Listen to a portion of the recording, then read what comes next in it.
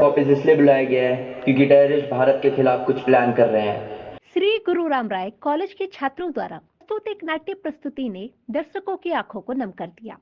इस नाटक में एक सैनिक के घर लौटने और फिर सीमा पर शहीद होने की मार्मिक कहानी को दर्शाया गया।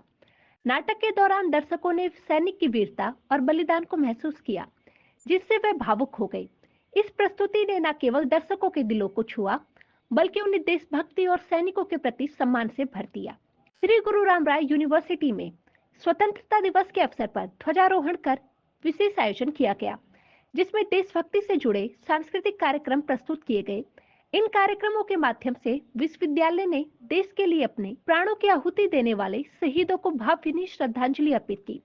पूरे कार्यक्रम के दौरान वातावरण में देश प्रेम और शहीदों के प्रति सम्मान का भाव स्पष्ट रूप से देखा जा सकता था। कैप्टन, तुम्हारी छुट्टी रद्द कर दी गई है। जल्द से जल्द बेस कैंप पे रिपोर्ट करो। चिंता मत करो, मैं जल्दी वापस आऊंगा और तुम सबके वादे पूरे करूंगा।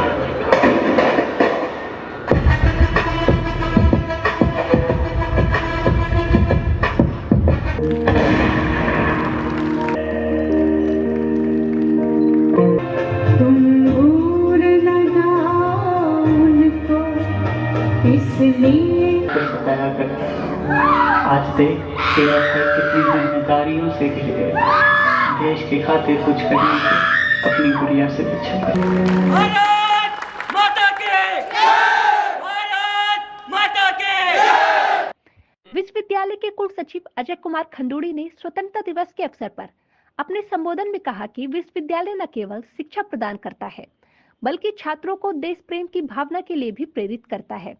उन्होंने इस बात पर जोर दिया कि शिक्षा का उद्देश्य केवल ज्ञान का विस्तार नहीं, बल्कि छात्रों के भीतर राष्ट्र के प्रति जिम्मेदारी और समर्पण का भाव भी विकसित कराना है। उन्होंने छात्रों को अपने कर्तव्य और मूल्यों के प्रति जागरूक रहने की प्रेरणा दी, ताकि वे भविष्य में देश के सशक्त नागरिक बन सके। हर साल की तरह भी हम लोगों ने 15 अगस्त मनाया, लेकिन इस साल जरा कुछ अलग तरीके से मनाने की कोशिश की गई और हमारे एनसीसी और एनएसएस के बच्चों ने इसमें काफ़ी मेहनत की। उन्होंने एक स्क्रिप्टेड प्रोग्राम जो है शो किया, जिससे कि जो यहाँ पे लोग मौजूद थे वो भी थोड़ा बहुत भावुक हो गए।